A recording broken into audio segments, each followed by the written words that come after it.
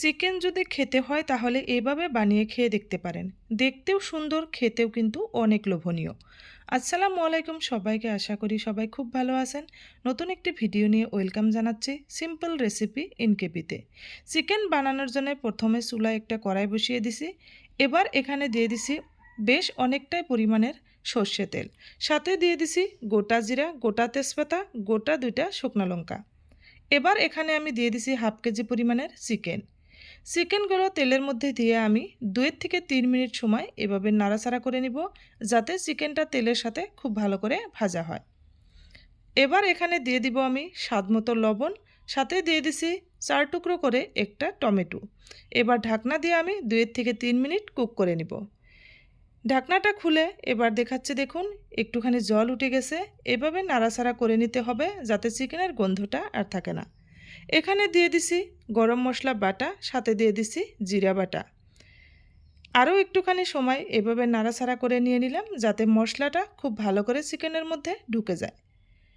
এবার আমি এখানে দিয়ে দিছি আদা রসুন বাটা, আর দিয়ে দিছি অনেকটাই পেঁয়াজ কুচি।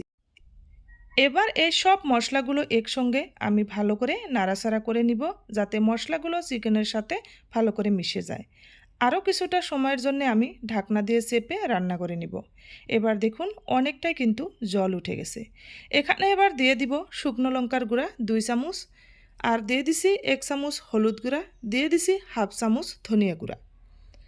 এবার এখানে দিয়ে দিছি একটুখানি জল, হাফ কাপের থেকেও কম। এই জলটা দিয়ে আমি চুলার আঁচটা মিডিয়ামে রাখে রান্না করে নিব।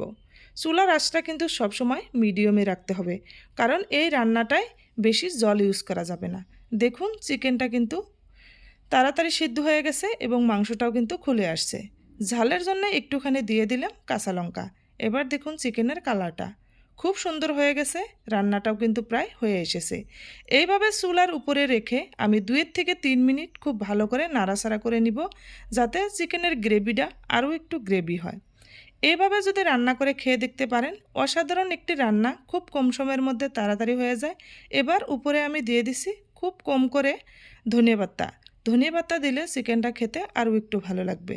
চুলার আঁচটা আমি এবার বন্ধ করে দিব।